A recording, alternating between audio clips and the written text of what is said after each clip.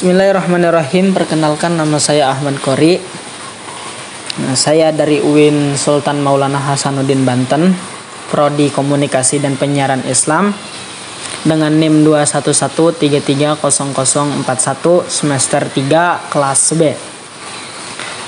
Baiklah, di sini saya akan mereview artikel jurnal sebagai salah satu tugas dari mata kuliah dasar-dasar manajemen yang diampu oleh dosen pengampu Ibu Desti Prawatiningsih, MSI.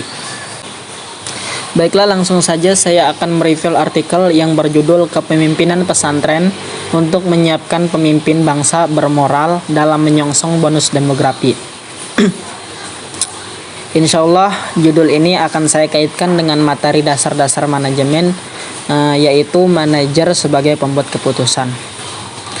Penulis dari artikel ini yaitu Fathia Nur Azizah dan Siti Zakiyah, dan edisi dan tahun publisnya yaitu 13 nomor 1 Juli 2001. Kemudian saya mengambil artikel tersebut dari jurnal Fikrotuna, jurnal pendidikan dan manajemen Islam, dan sudah terakreditasi, terindeks di Sinta 3 website Kemendikbud. Baiklah, langsung saja saya akan mereview artikel yang sudah tadi disebutkan. Dari artikel tersebut, latar belakang permasalahannya adalah pesantren sebagai lembaga dan sampai untuk menghasilkan manusia yang pintar dalam bidang agama, pesantren juga mampu menghasilkan santri atau output yang berkualitas untuk berkiprah di tengah-tengah masyarakat sekitar. Artinya, sosok santri tidak hanya pada posisi personal saja, melainkan mempunyai imbas pada komunitas di mana santri tersebut berada. Profil dari alumni pesantren dan kiprahnya dalam berbagai bidang kepemimpinan di masyarakat membuktikan bahwa pendidikan pesantren banyak memberikan kontribusi dalam pembangunan bangsa. Seperti yang sering terjadi di masyarakat, di mana alumni pesantren biasanya menjadi tokoh agama yang memimpin masyarakat daerah tersebut. Jadi pesantren yang menghasilkan santri output tersebut sering terjadi di masyarakat, memang menjadi seorang pemimpin atau tokoh agama di daerah masyarakat tersebut. Pesantren dalam menyiapkan era bonus demografi ke depan perlu dipahami bahwa seorang santri mampu untuk berkontribusi baik dalam bidang pendidikan, nilai kekeluargaan, kesehatan, pengembangan sosial, dan nilai-nilai masyarakat yang berpengaruh dalam pengembangan kemampuan yang berpengaruh langsung pada produktivitasnya para santri ketika lulus dari pesantren.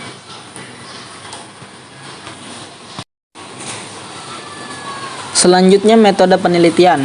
Adapun metode penelitian yang digunakan dalam artikel tersebut yaitu menggunakan metode kepustakaan dengan pendekatan kualitatif.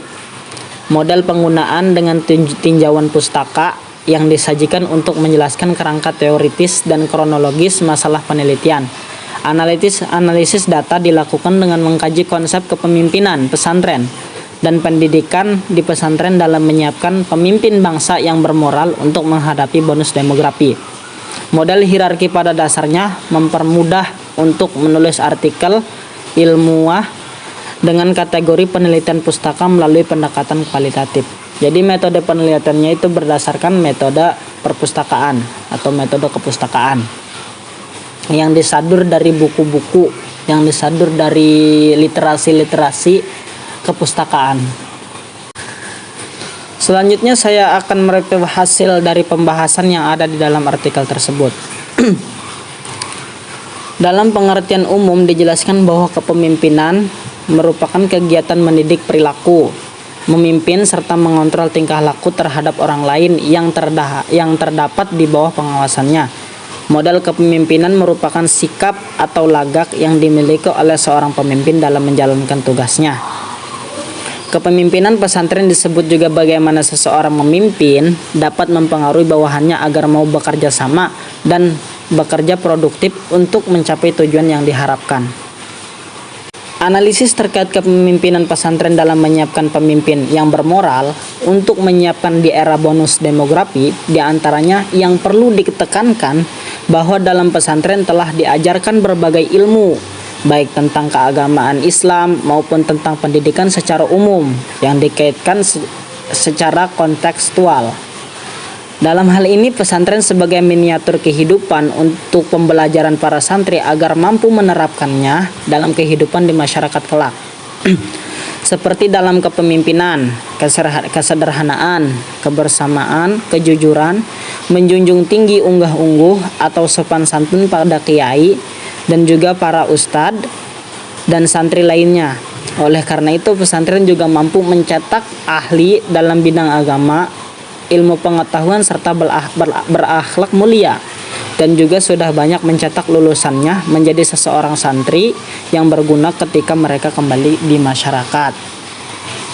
Jadi sudah jelas diketahui dari pembahasan yang ada di dalam artikel tersebut mengenai kepemimpinan yang ada di pondok pesantren untuk menyiapkan era bonus demografi.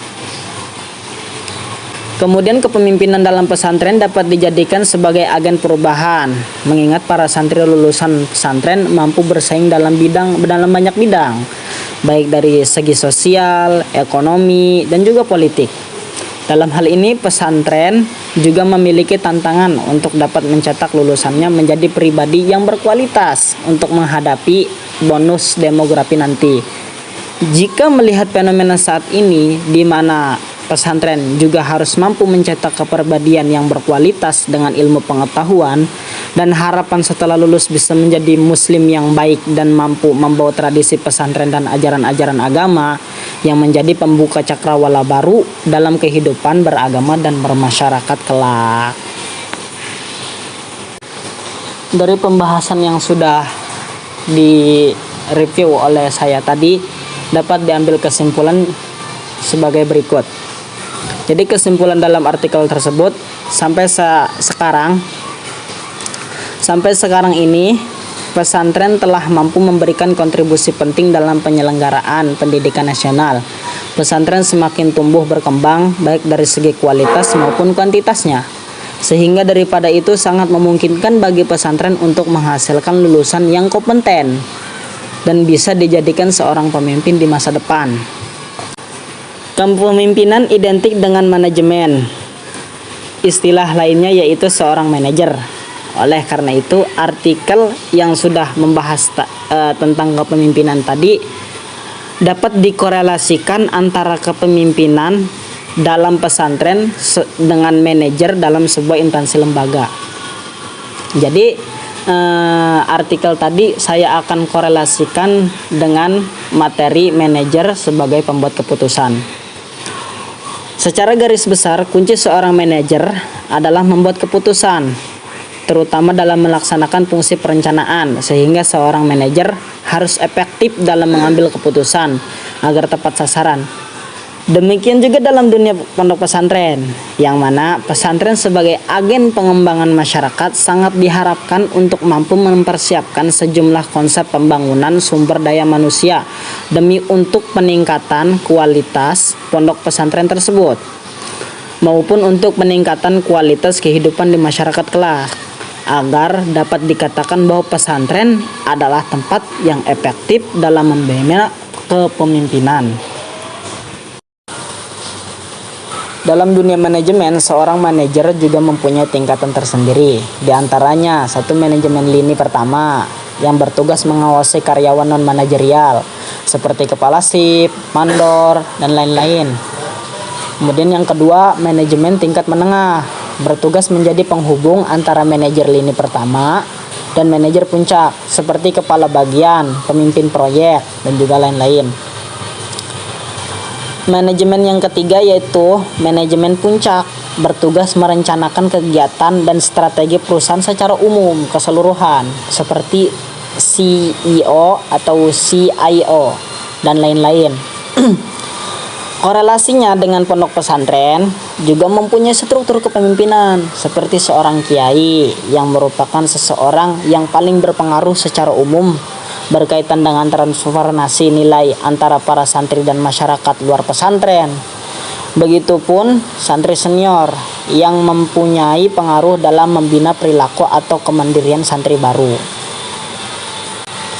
Jadi, dengan dibekali ilmu keagamaan dan juga pengetahuan umum, seorang santri layak diberikan kedudukan sebagai pemimpin atau manajer dalam sebuah instansi atau lembaga. Karena ia akan mempertimbangkan keputusan yang dikeluarkan berdasarkan pengetahuan agama yang dibuntuti oleh ketakwaan terhadap Allah. Maka dengan demikian, apapun keputusan yang diambil oleh santri tersebut akan selalu diliputi oleh rasa tanggung jawabnya. Baiklah, demikian review artikel yang sudah saya sebutkan dari awal sampai akhir. Kurang lebihnya saya mohon maaf apabila ada kesalahan dalam memaparkan ataupun kekurangan materinya. Semoga artikel ini bisa bermanfaat bagi halayak umum ataupun bagi semua orang. Baiklah, demikian video yang sudah saya buat dengan sekuat tenaga untuk mencapai deadline yang tepat waktu. Kurang lebihnya saya mohon maaf. Sekian dan terima kasih. Jangan lupa makan, minum, dan juga tidur.